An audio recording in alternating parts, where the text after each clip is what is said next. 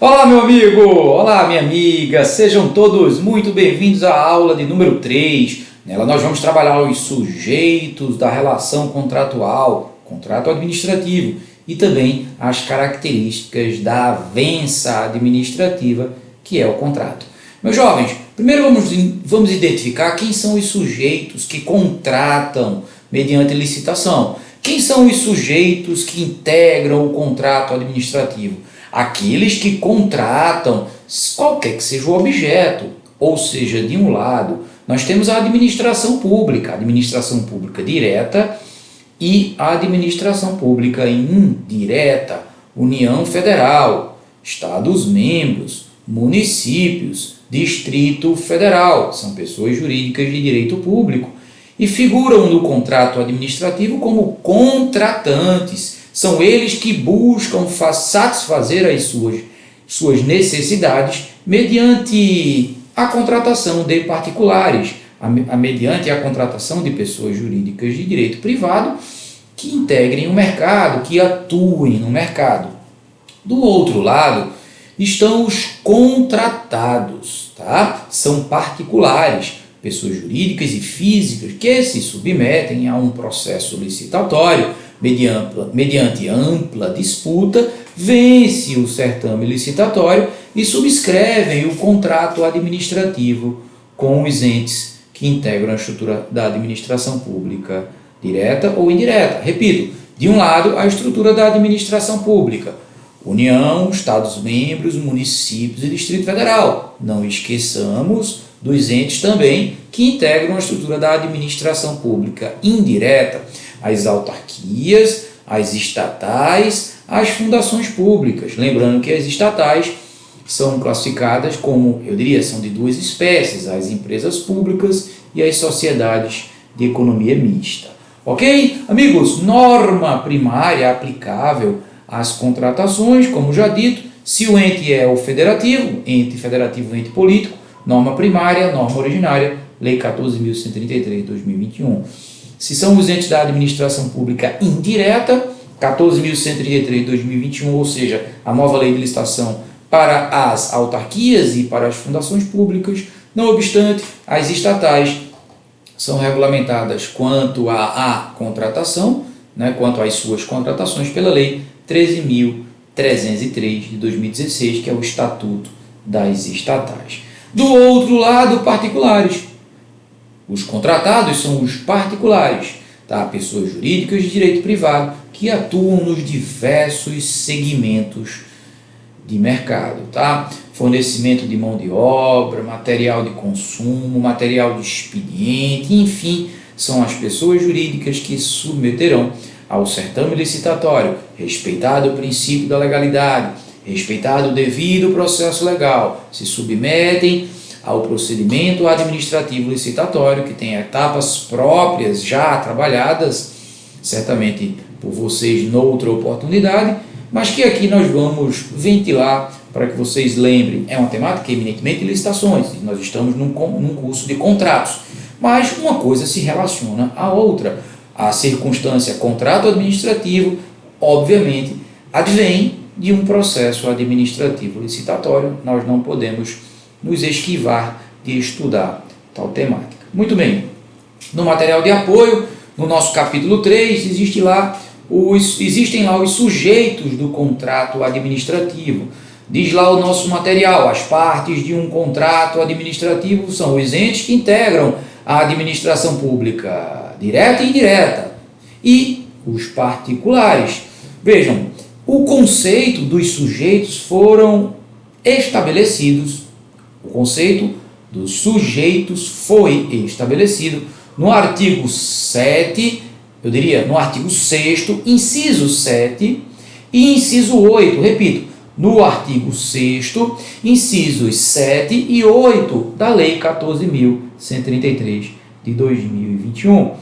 Está lá dito no nosso material, a administração pública envolve órgãos e entidades da administração direta e indireta, que firmam contratos visando atender ao interesse público. Exemplos: ministérios, secretarias, autarquias, fundações e empresas públicas. Do outro lado, enquanto contratante, eu diria, enquanto contratado, contratados, os particulares. Podem ser pessoas físicas e jurídicas, sim, pessoas físicas são contratadas também. André, dá um exemplo, sim, lógico.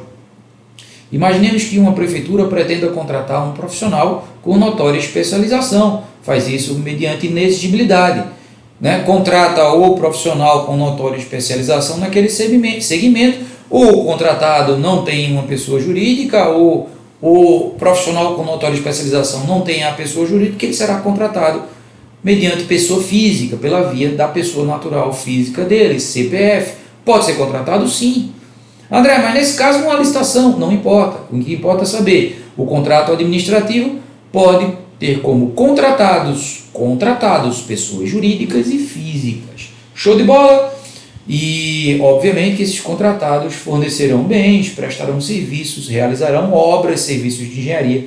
Portanto, show de bola, tranquilão, sossegado?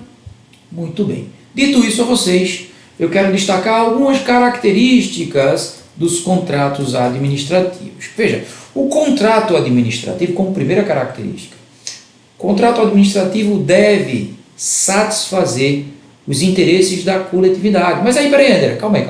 Peraí, André. Como assim satisfazer os interesses da coletividade? Meus jovens, quando um contrato é firmado, um contrato administrativo é firmado, assim a administração pública faz para satisfazer necessidades decorrentes da prestação do serviço público. Porque qual é a atribuição? Qual é a finalidade? Qual é a acepção objetiva da administração pública? Qual é o sentido objetivo da palavra administração pública? O objetivo da administração é prestar serviços públicos à coletividade. Utilizando de sua própria estrutura, a administração pública não tem condições de satisfazer as necessidades mínimas da sociedade, da coletividade. Faz uso do instrumento contrato administrativo para contratar particulares, pessoas físicas e jurídicas, para exatamente prestar com eficiência o serviço à coletividade. Portanto, o contrato administrativo só deve ser firmado para o fim de satisfazer o interesse público. Contrato administrativo firmado com finalidade diversa da pública é contrato nulo. O interesse público, portanto, deve ser a pauta, deve ser o motivo propriamente, tá? Eu diria, deve ser o objetivo e não o motivo. O objetivo, partam da premissa, objetivo imediato, porque lá na frente a administração, com aquele contrato administrativo, contratando aquele objeto, né, obviamente via contrato, imediatamente e posteriormente satisfará as necessidades da coletividade, portanto, o interesse público. Diz o material, esses contratos visam atender ao interesse público diretamente, eu diria, diferentemente dos contratos privados, que têm o intuito meramente comercial. Pois é, não confundir o contrato privado com o contrato público, o contrato administrativo, porque o contrato administrativo é utilizado para abastecer o serviço público, já o contrato privado eminentemente busca o lucro. Como dito a vocês, existem duas partes neste contrato. Quem contrata, o contratante e o contratado. Portanto, não há de se falar aqui em unilateralidade. Não há de se falar aqui em precariedade. Não. O contrato ele não é precário.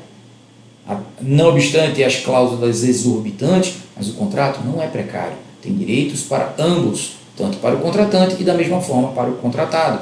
Existe aqui, portanto, aquilo que nós chamamos de bilateralidade. O contrato ele é bilateral, bilateralidade. De um lado a administração pública, direta ou indireta, do outro lado os particulares. E é uma das características do contrato administrativo, a bilateralidade. O ajuste gera efeitos recíprocos para as partes, não obstante a supremacia do interesse público. Peraí, André, como assim supremacia do interesse público? A supremacia do interesse público estabelece que se há um choque entre o interesse público e o interesse privado, o que prevalecerá? O interesse público.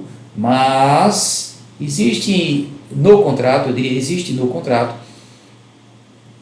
eu diria uma certa estabilidade. Eu não diria uma estabilidade, uma certa estabilidade. Não há precariedade, e sim uma certa estabilidade, porque, em verdade, a Lei 14.133 estabeleceu vários direitos para o contratado. Lógico que os direitos da administração pública, porque busca satisfazer o interesse da coletividade, se sobrepõem aos interesses dos particulares.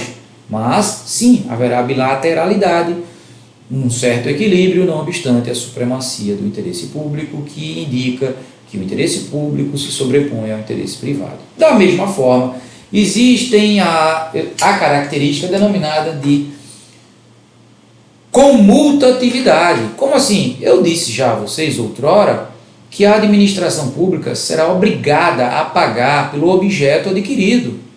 Se for um bem, um serviço, enfim, uma obra, a administração pública será obrigada a pagar pelo objeto adquirido, pelo objeto contratado. Portanto, não há contrato gratuito. Tá? Existe a comutatividade, direitos e obrigações para a contratada, direitos e obrigações para a contratante, como dito no material. A existência de cláusulas contratuais que prevejam a entrega do objeto contratado à administração pública e, em contrapartida, a contrapartida financeira ao particular contratado. Tudo pautado no princípio do equilíbrio econômico-financeiro, nos moldes do artigo 37, inciso 21 da Constituição Federal. É um princípio. Lembram que eu disse a vocês? O próprio dispositivo 37, inciso 21, previu a obrigatoriedade de entrega de um pagamento para o contratado. Não existe contrato gratuito na hipótese, tá? Muito bem. Vejam, a gente que trabalha com direito administrativo, a gente sempre fala em formalismo processual moderado, enquanto princípio. Formalismo processual moderado. E a gente diz assim: a administração pública deve buscar a verdade material e não a verdade formal, a verdade real. Mas vejam que em algumas circunstâncias, tá? Em algumas situações, a lei obriga que a declaração de vontade seja formalizada e a lei indica qual formalismo o agente público terá que adotar. Como, por exemplo, nas licitações. Tá? O rigor formal estabelecido na Lei 14.133, especificamente no artigo 17, o artigo 17 da Lei 14.133 estabeleceu um formalismo processual, fase preparatória, fase de publicação do edital, recebimento de propostas e lances, julgamento da proposta mais vantajosa, declaração como vencedora daquela proposta mais vantajosa, depois a habilitação da proposta vencedora, em verdade, a habilitação da empresa que foi considerada vencedora. Após a etapa da habilitação, interposição de recursos, prazo para interposição de recursos, os recursos são julgados, na sequência o certame licitatório é homologado e o contrato administrativo assinado. Tá? Após a homologação, a administração pública vai convocar o vencedor para assinar o contrato e começar a executar, entregar à administração o objeto. Muito bem, esse rigor formal foi estabelecido por lei, como dito, artigo 17. Ao agente público não há margem discricionária quanto à adoção desse procedimento. É vinculado. A adoção é vinculada. Deve a administração pública promover a formalidade indicada sob pena de nulidade do contrato administrativo. Tá? Mas é fato que o contrato administrativo deve ser escrito. E vou destacar para vocês, o contrato administrativo ele será escrito necessariamente se o valor do objeto a ser contratado for superior a R$10.000.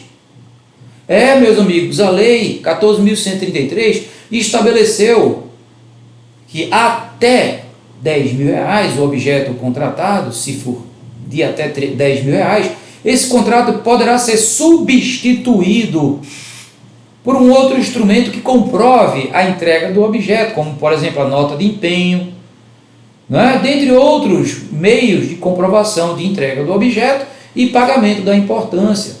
Apresentação de uma nota fiscal, se o valor for inferior a R$ 10.000, mas se o valor for superior a R$ 10.000, diz a legislação que o contrato administrativo deve ser formalizado, e essa forma implica a forma escrita em língua portuguesa, com data, local e assinatura de uma autoridade com competência.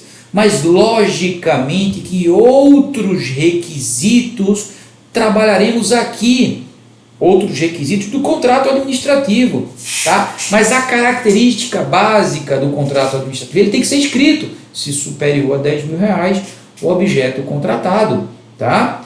Então, parta da premissa, o contrato deve ser formal, característica formalismo, forma escrita. Outros requisitos serão trabalhados ao longo do nosso curso quanto ao contrato administrativo. Muito bem. Diz aqui o nosso material. O formalismo é uma característica. Os contratos administrativos são formalizados por escrito. Artigo 95, parágrafo 2º da Lei 14.133 de 2021. Seguindo rigorosos procedimentos legais. Os rigorosos procedimentos legais estão lá na própria lei de licitações, na nova lei, artigo 17, como dito, etapas, os requisitos que nós trabalharemos doravante, que devem constar no contrato, por exemplo, as obrigações do contratante, as obrigações do contratado, né? O objeto a ser contratado, as dotações, eu diria a dotação orçamentária, tudo isso no contrato, a alocação de riscos, a matriz de risco, dentre outros requisitos que nós trabalharemos. São muitos requisitos essenciais para que o contrato administrativo seja válido. Show de bola? Muito bem. A natureza jurídica, outra característica importante. Como já dito a vocês, o contrato administrativo se submete ao regime jurídico público. Sim, regime jurídico público, tá? Normas de direito público, notadamente a Lei 14.133 de 2021, o Estatuto das Estatais, a Lei 13.303 de 2016, tá? O próprio texto constitucional, em alguns dispositivos que prevêem ali, que prevêem ali dispositivos, normas quanto ao procedimento licitatório e contratos administrativos, como no 37, inciso 21, dentre outros dispositivos. Portanto, são regidos por normas de direito público, o que lhes confere peculiaridades em comparação aos contratos privados, né, como a possibilidade de alteração unilateral. Tá? A gente vai ver doravante, e uma das características que eu vou trabalhar ainda aqui nessa aula, a característica das cláusulas, eu diria, da superioridade do interesse público em detrimento ao interesse privado, o que justifica a inserção, ou seja, a disponibilização, não, a palavra não seria essa, a palavra seria a inserção mesmo de cláusulas que sobrepõem o interesse da administração, o interesse da coletividade em detrimento ao interesse dos particulares. Uma linguagem mais simples, são as cláusulas que exorbitam a isonomia. Se você parar para pensar, cada palavra, cada vocábulo, etimologicamente, nos dá uma ideia justificável. Qual é a etimologia da palavra exorbitante? Exorbitante quer dizer, vai além, exorbita, está acima. Essa é a lógica da palavra exorbitante. Então, quando eu digo a vocês que as cláusulas inseridas no contrato administrativo, algumas cláusulas, não todas, mas algumas cláusulas exorbitam a isonomia, porque a isonomia gera o equilíbrio. E a exorbitância da isonomia gera o desequilíbrio. A exorbitância da isonomia gera o desequilíbrio. Supremacia do interesse público. Desequilíbrio em detrimento ao interesse privado. Portanto, as cláusulas exorbitantes impõem obrigações, eu diria, impõem obrigações desequilibradas, exageradas face ao particular, exorbitam a isonomia, desequilibram a relação para prestigiar o interesse público em detrimento ao interesse privado. São as cláusulas exorbitantes, elas exorbitam a isonomia. Não estou dizendo que todos os contratos, não estou dizendo que todas as cláusulas são exorbitantes, até porque se assim fosse, seria um contrato inexequível. Mas é fato que as cláusulas exorbitantes, sim, sobrepõem o interesse público em detrimento ao interesse privado. E aí o nosso material estabelece o seguinte: são cláusulas que asseguram privilégios à administração pública, como a possibilidade de modificar unilateralmente as condições do contrato ou rescindi-lo em situações específicas. Espera aí, André, quer dizer que o contrato administrativo pode ser alterado unilateralmente? Sim, cláusula exorbitante. Mas como assim? Explica melhor. Veja, nós vamos trabalhar aqui no nosso curso que os contratos administrativos poderão ser alterados ou via consenso, acordo, ou via unilateral. Tá? Pela via unilateral, poderá a administração pública suprimir objeto e valor ou majorar objeto ou valor, ou seja, aumentar o objeto e o valor contratado. Mas peraí, André, e a contratada tem que suportar essa redução do objeto e valor ou o aumento do objeto e do valor? Sim. Supremacia do interesse público. É uma cláusula exorbitante. Outra cláusula exorbitante, a cláusula que impõe a obrigação de fiscalizar a intervenção da administração pública quando da execução do contrato. A fiscalização importa, sim. Uma cláusula exorbitante, como, por exemplo, a denominada retomada dos bens móveis ou imóveis para dar continuidade a um determinado serviço, poderá a administração pública retomar bens móveis ou imóveis da contratada. Não só bens móveis ou imóveis, mas também a mão de obra de pessoas que estejam trabalhando na contratada. Como assim, André? Imagine que a contratada está executando o objeto do contrato. Ela está executando o objeto do contrato. Vem a administração pública e diz: opa, peraí, vou rescindir esse contrato. Vou rescindir o contrato e vou retomar a execução do objeto, do serviço, propriamente. E aí a administração pública faz: vou retomar os seus bens, tá? A gente chama de retomada de bens, móveis e imóveis, e até a mão de obra. Vou retomar os seus bens, móveis e imóveis, e até mão de obra para dar continuidade ao objeto do contrato administrativo e não desabastecer a prestação do serviço público. Lembra que eu falei para vocês do princípio da continuidade do serviço público? Pois é, isso acontece muito nos contratos de concessão de serviço público. Muito bem, o contrato tem como característica o que a gente chama de... o contrato ele é personalíssimo. Personalíssimo. Por uma razão simples, meus amigos.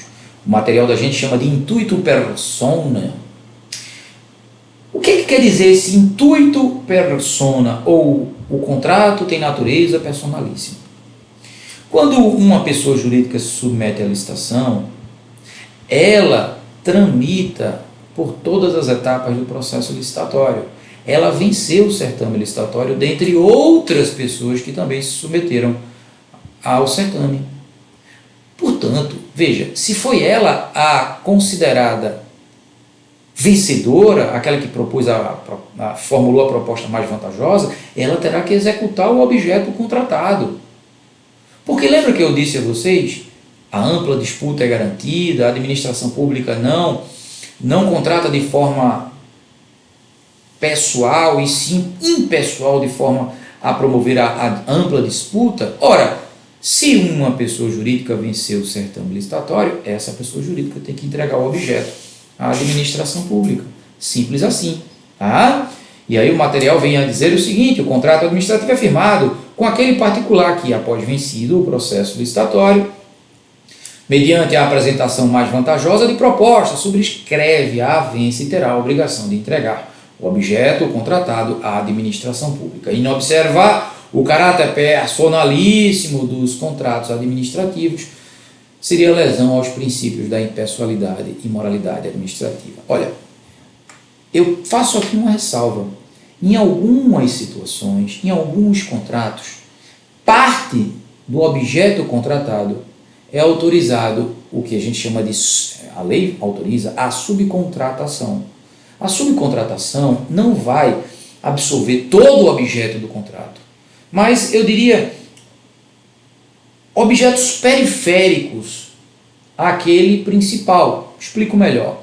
Imaginemos que a administração pública tenha contratado uma empresa de engenharia e essa empresa de engenharia subcontratou, por exemplo, maquinários.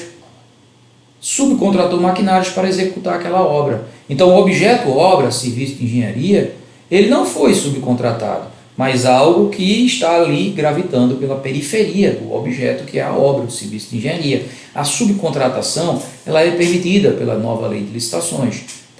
Não obstante, existem algumas circunstâncias que nós trabalharemos doravante, como, por exemplo, a autorização da administração pública quanto a algumas subcontratações, como no contrato de concessão de serviço público.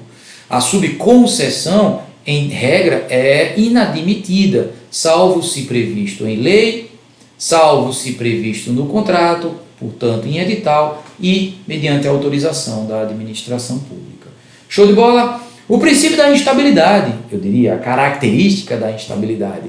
E eu já disse a vocês, o contrato não tem nada, o contrato administrativo não tem nada de equilibrado, não tem nada de estável. Eu disse que há uma certa instabilidade. Eu diria, uma certa estabilidade. Uma certa, porque quando a gente fala em ato administrativo, a instabilidade é absoluta. Mas aqui no contrato administrativo nós temos uma estabilidade relativa, porque existem sim direitos e obrigações para os contratados, mas em regra o contrato administrativo parte da premissa da cláusula exorbitante, da supremacia do interesse público e, portanto, instabilidade. A administração pública poderá alterar unilateralmente ou até mesmo rescindir os contratos, tendo em vista a necessidade de atender o interesse público. Vejam, essa possibilidade, como dito, alterar e até mesmo rescindir o contrato, está no artigo 104 da Lei 13.000, eu diria, da Lei 14.133 de 2021. A nova Lei de Licitações prevê essa possibilidade no artigo 104 da lei. Show de bola, tranquilão, sossegado. A gente encerra por aqui essa aula de número 3. Espero que estejam gostando do nosso curso. Ele foi pensado e montado pensando, primeiro, na compreensão do conteúdo. Segundo, pensando na figura do operador do direito, seja você estudante, enfim, mas ainda assim pensando de uma forma muito didática na sua compreensão de conteúdo. Até a próxima.